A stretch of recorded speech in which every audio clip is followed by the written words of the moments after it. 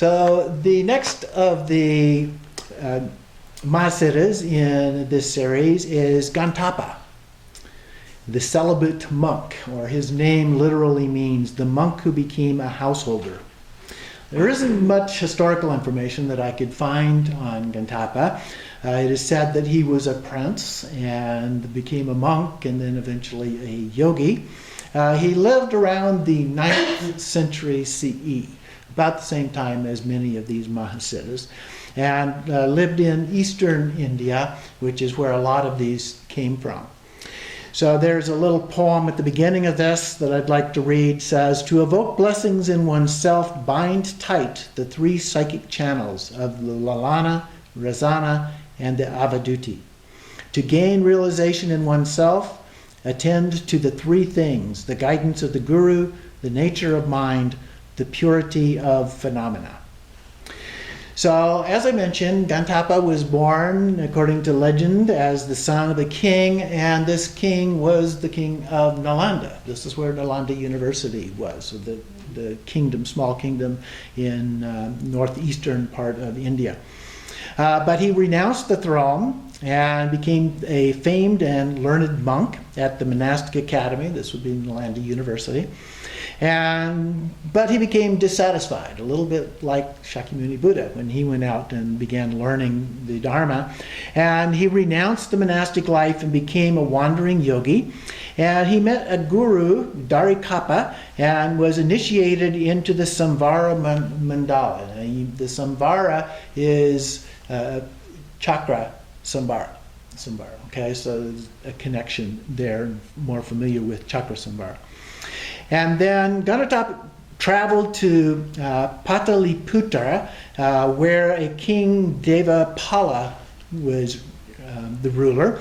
And he took up residence outside of the city, just right where the forest, kind of on the edge of the city where the forest began, and began living there, and he begged for his food and so forth and practiced his sadhana.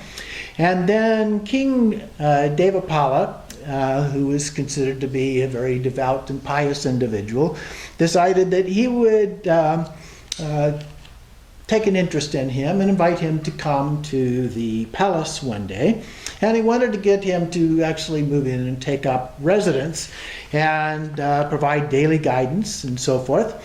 And so he offered to have a magnificent feast as a way of helping to attract him to come in and do this. But Ghantapa refused the invitation. Well, the king didn't like that very well.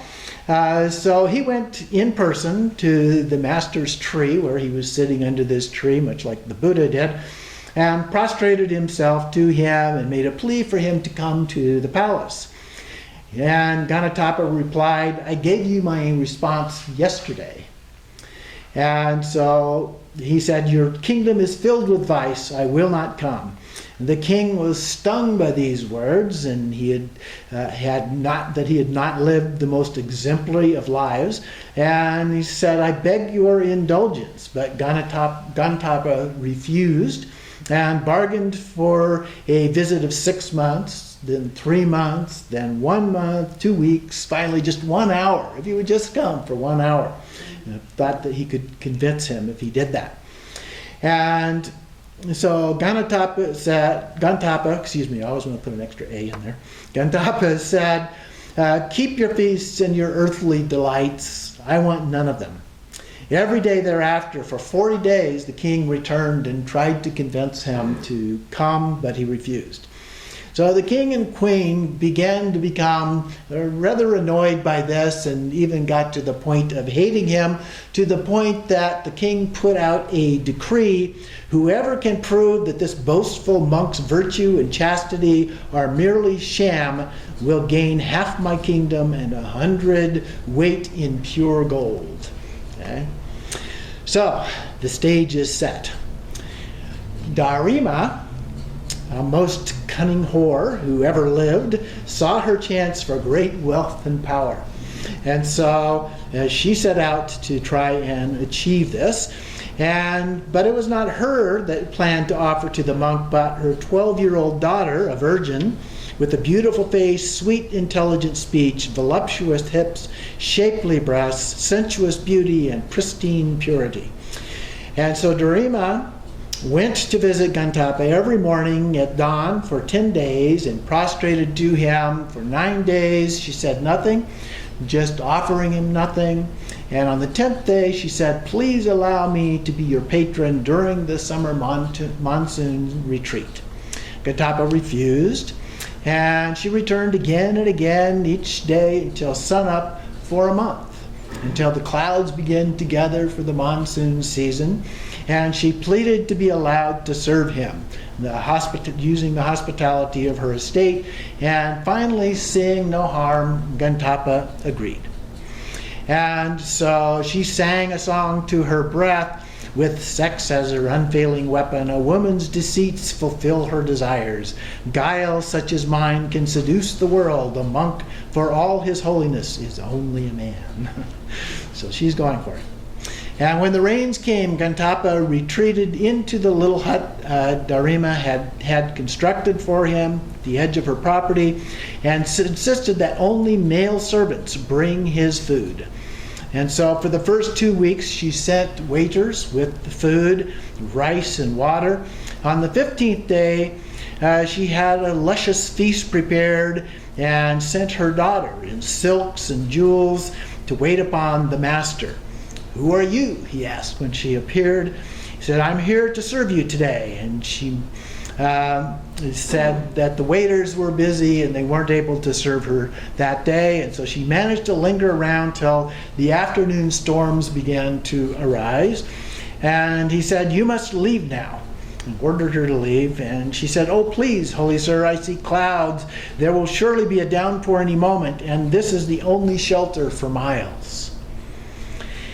And then thunder crashed and rain swept down, and grudgingly he agreed to share his hut if she kept her distance. Not until sunset did the storm let up, and during which time she plied the monk with shy smiles and tender blushes. But this had no effect upon him. The rain stopped, and he ordered her to return home. "Good sir, surely you will not send me out after dark on the road alone. There are robbers, and surely they will cut my throat for the jewels that I wear."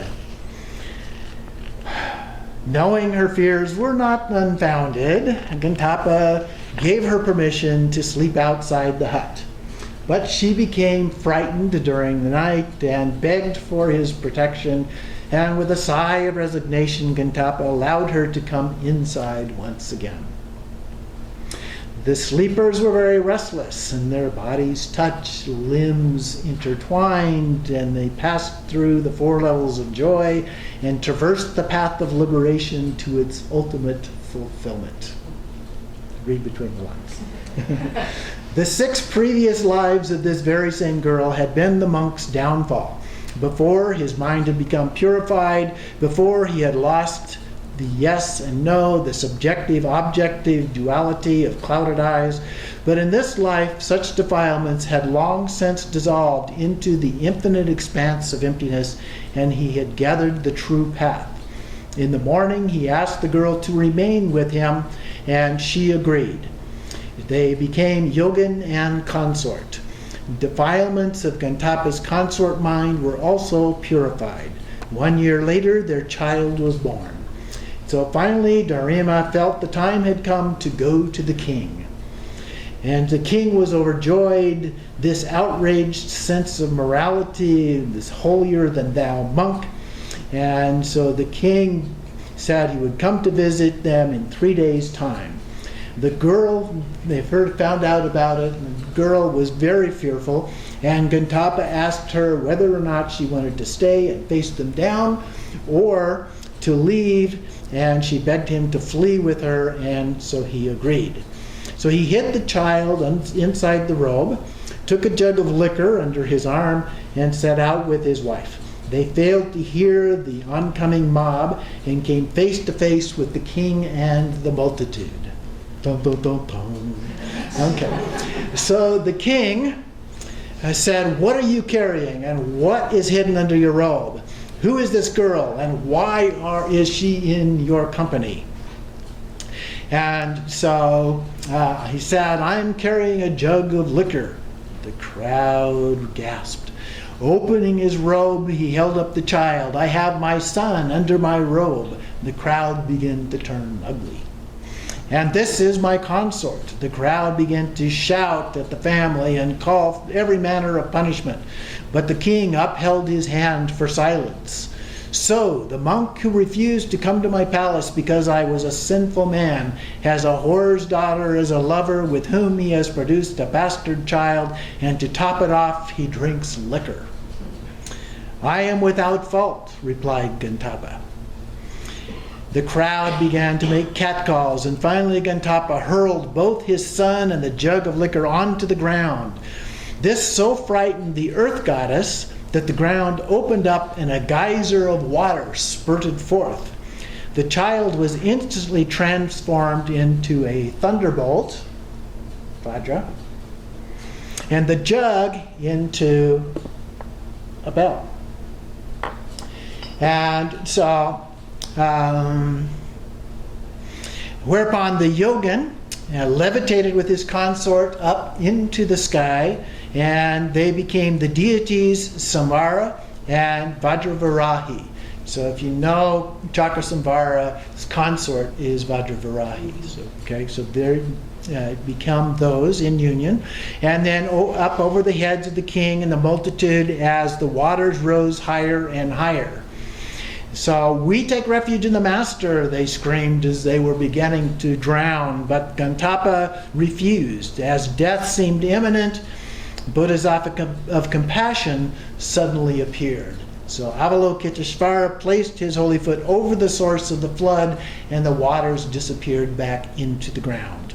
Everyone was saved. They all begged Ghantapa for forgiveness, and a stone image of the Bodhisattva appeared where his foot had trod, which remains there to this very day. And the purest water gushes forth as a spring at the foot of the statue. Ghantapa said, "Moral concepts practiced without understanding can be the greatest obstacles to fulfilling the Bodhisattva's vow of uncompromising compassion. Do not cultivate virtue and renounce vice. Rather, learn to accept all things as they arise.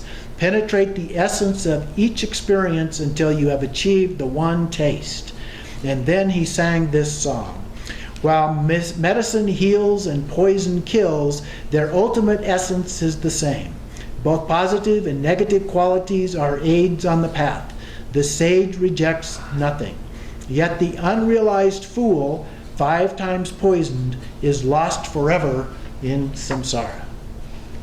So the king and all his people were illuminated, their self-righteousness and petty prejudice vanished, and faith was born in the lotus center at each heart. Ghantapa came down to be known as the bearer of the bell, and possessing the glorious power and virtue of a Buddha, the yogin ascended into the paradise of Dakinis with his consort. So this relates to the idea of no attachment, no aversion that we talk about from time to time. So at an ultimate level, when we think about that, it's kind of like the Heart Sutra that we recited. No eyes, no ears, no tongue, and so forth. Now, we know that there are eyes, tongues, and so forth, but those also are just concepts. And so it's talking about letting go of the concepts like attachment and aversion as well. In a relative term, it's kind of an indifference, if you will.